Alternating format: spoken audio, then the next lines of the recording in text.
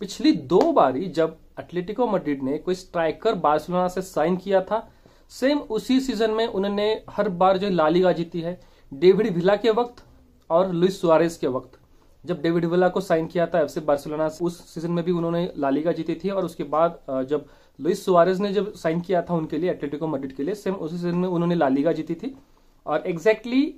Depay को भी वो साइन करना चाहते हैं, क्योंकि यो फेलिक्स टू चेल्सी लगभग डन हो चुका है, और उसकी जगह जो है वो डिपाई को जो मतलब डिपाई के लिए जो निगोशिएशंस अभी फिलहाल चल रहे हैं एटलेटिको मैड्रिड और बार्सिलोना में, देखते हैं क्या ये डील होगा या फिर नहीं होगा। मुझे लगता है कि डिपाई को चले जाना चाहिए, वैसे भी उसको गेम टाइम तो मिल नहीं रहा एफसी बार्सिलोना में। वही अगर हम दूसरी बात करते हैं तो फेरान टोरेस और राफिना और अंसु फटी, इन तीनों को जो है ट्रांसफर मार्केट में उतार दिया है एफसी बार्सिलोना ने। उनको सेल कर सकते हैं या फिर लोन भी हो सकता है उन तीनों प्लेयर्स में से। और मुझे लगता है कि अंसु फटी और राफिना को बिल्कुल भी जरूरत नहीं ट्रांसफर मार्केट में उतारने की, लेकिन हाँ बिल्कुल भी फेरान टोरेस अगर कम पैसों में अगर चला जाता है भाई, वहां पे भी अगर हमको चुना लगता है, वैसे भी लग ही रहा है, वैसे भी हर एक प्लेयर जो हमको चुना लगा रहा है, तो मुझे लगता है कि फेरान टोरेस की जगह पर अगर इस डील में अगर हमको थोड़ा सा नुकसान खाना पड़ता है तो उसको भाई हकाल दो, पहले चले जाओ। और एरिक गार्सिया का जो है आर्सेनल से इंटरेस्ट आ रहा है, आर्टेटा जो है उसको साइन करना चाहता है, इधर लोन और बाय भी कर सकते हैं उसको। ये भी एक रूमर है, देखते हैं क्या होगा, कितनी सच्चाई है इस न्यूज में हमको आने वाले समय में बिल्कुल पता ही चल जाएगा।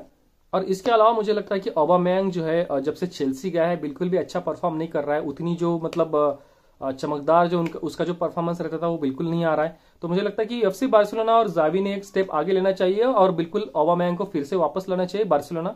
जहां पर वो बहुत खुश था। उसने बेंच रोल भी एक्सेप्ट किया था एज ए लेवेंडोव्स्की का सब्स्टिट्यूट, बिल्कुल वो खुश था यहाँ पर बार्सिलोना में। और मुझे लगता है कि उस प्लेयर को लाने की बिल्कुल जरूरत भी है हमको, और वहां पर बिल्कुल सेट हो गया था बंदा, क्योंकि वैसे भी हमारे अटैक में प्रॉब्लम्स तो चल ही रहे हैं। तो देखते हैं आने वाले समय में क्या होगा। और कल का जो मैच है सुपरकोपा डे एस्पाना का रियल बेटिस के अगेंस्ट रियाद में, जावी के मैनेजिंग करियर में फर्स्ट ट्रॉफी हम बिल्कुल जीत सकते हैं, फर्स्ट ट्रॉफी जीत सकते हैं सुपरकोपा डे एस्पाना की जो है। और थोड़ा सा अच्छे तरीके से अगर जावी स्टार्टिंग 11 अगर चूज करता है और अच्छा इंटेंसिटी जैसे कि एटलेटिको अगेंस्ट उन्होंने मेंटेन करके रखी हुई थी इंटेंसिटी, और जो गेम प्ले था हमारा जो बैलेंस था सारे प्लेयर्स में, मिडफील्ड अटैक और डिफेंस में, इस तरीके का अगर मेंटेन करके रखते हैं तो मुझे लगता है कि रियल बेटिस के अगेंस्ट इजीली विन हो जाएंगे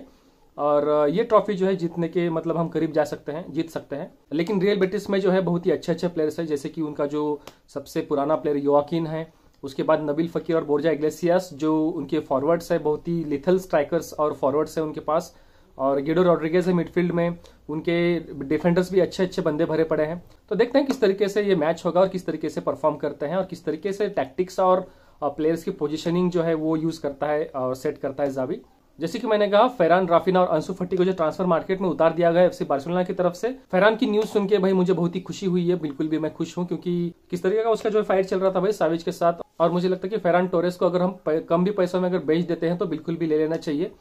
क्योंकि वैसे भी हमको सब प्लेयर्स तो चुनाव तो लगा ही रहे हैं। तो फेरान टोरेस की डील में भी अगर हम नुकसान खाते हैं तो कोई बड़ी बात नहीं है। वहीं आर्सेनल की तरफ से, आर्टेटा की तरफ से जो इंटरेस्ट आया हुआ है एरिक गार्सिया के लिए, और देखते हैं ये रूमर कितना सच है या फिर झूठ है। फाब्रिजियो रोमानो के लिए वेट कर रहा हूं मैं भी। तो देखते हैं किस तरीके से जो डील्स होगी, क्या हमारे पुराने प्लेयर्स क्लब छोड़कर जा सकते हैं, फिर जावी फिर से उनको क्लब में रखने की कोशिश करता है। और मुझे लगता है कि जो हमारे पुराने प्लेयर्स हैं जिन्होंने बहुत कुछ दिया है क्लब को, उन सारे प्लेयर्स को क्लब छोड़ना चाहिए, रिस्पेक्टफुली चले जाना चाहिए, क्योंकि अभी मुझे लगता है कि फ्यूचर प्रोजेक्ट हम बिल्ड कर रहे हैं वैसे भी,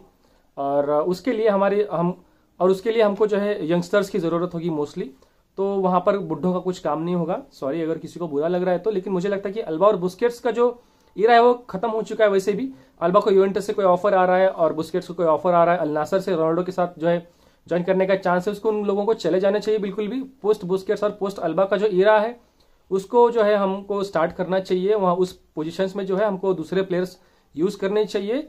और देखना होगा हमको किस तरीके से जो है एफसी बार्सिलोना का जो स्क्वाड है हम कैसे बिल्ड कर रहे हैं, कैसे परफॉर्म कर रहे हैं, और क्या हम टिकी टाका जो है रिवॉल्यूशनाइज कर रहे हैं फिर से जावी के साथ और टेक्निकल डायरेक्टर के साथ हमारे। तो देखते हैं आने वाले समय में हम सबको बिल्कुल पता ही चल जाएगा। तो आज के लिए बस इतना ही, तब तक के लिए bye bye, Biska L Barça.